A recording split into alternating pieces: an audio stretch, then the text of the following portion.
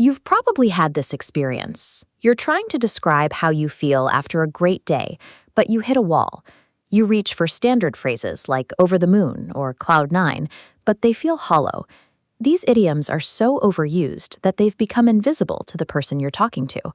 We can fix this by introducing a new, fresh lexicon, 40 specific idioms designed to capture different shades of happiness. Think about the difference between saying you're happy versus saying you have pockets full of daylight. The second phrase creates a specific image that forces the listener to actually pay attention. Moving away from tired cliches is the first step toward making your message something your audience can actually feel. Of course, using invented language isn't as simple as swapping one word for another. Language depends on a shared contract, and if you break that contract incorrectly, you can alienate your audience. You risk confusing the listener, sounding like a script, or creating total misunderstanding. We can manage that risk by looking at two variables: the structural length of the phrase and the speed of the communication medium you're using. A short phrase belongs in a high-speed medium, like Slack. A longer, more descriptive phrase is better suited for a slow-speed medium, like an essay. To understand how these variables play out in the real world, we need to test these idioms across different social and professional environments. We can map these idioms using a quadrant chart. The horizontal axis tracks medium speed, while the vertical axis tracks emotional weight.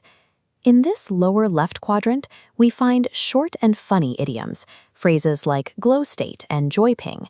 These are designed for instant messaging, team chat channels, and quick verbal check-ins. When you tell your team you've entered a glow state after finishing a sprint, it shifts the atmosphere of the channel without slowing down the workflow.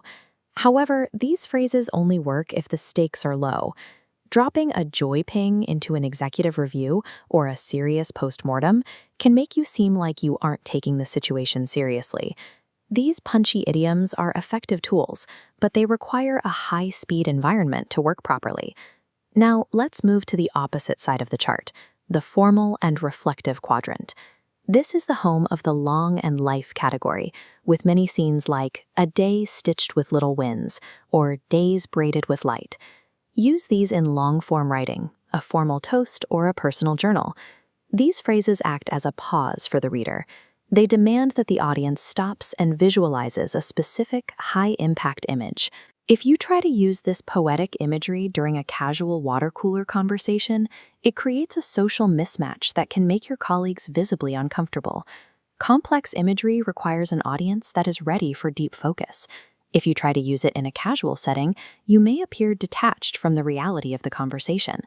That brings us to a narrow center channel on our map, mixed-tone idioms, such as a tear-salted smile. These phrases are specialized tools. They allow you to acknowledge joy and sadness at the same time. These are most useful during difficult transitions, like a team rebuild or moving on from a long-term role. Correct deployment acknowledges that progress is often messy. It signals that you are paying attention to the full context of a situation, which helps build trust during a transition. However, these carry a high social risk. If you use a bittersweet idiom in a room that is purely celebratory, you risk bringing down the mood or offending the group. Mixed-tone idioms are powerful, but they require high situational awareness and should be used with caution. Now that we've mapped the theory, let's look at how you should apply these rules based on your specific communication profile. If you are a manager or a team leader, your path is straightforward. Focus on the short and funny idioms. Using a term like light mode helps define your team's culture. In a leadership role, you want to avoid long, poetic phrases that could complicate operational instructions. For writers or creative professionals, the rules change.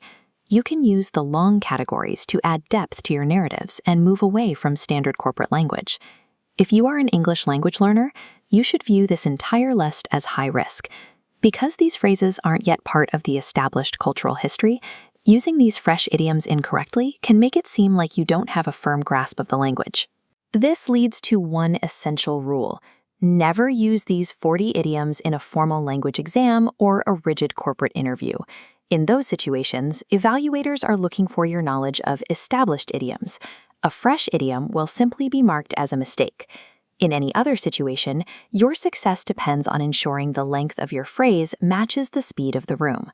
Impactful communication is a result of aligning the specific weight of a phrase with the requirements of the immediate environment.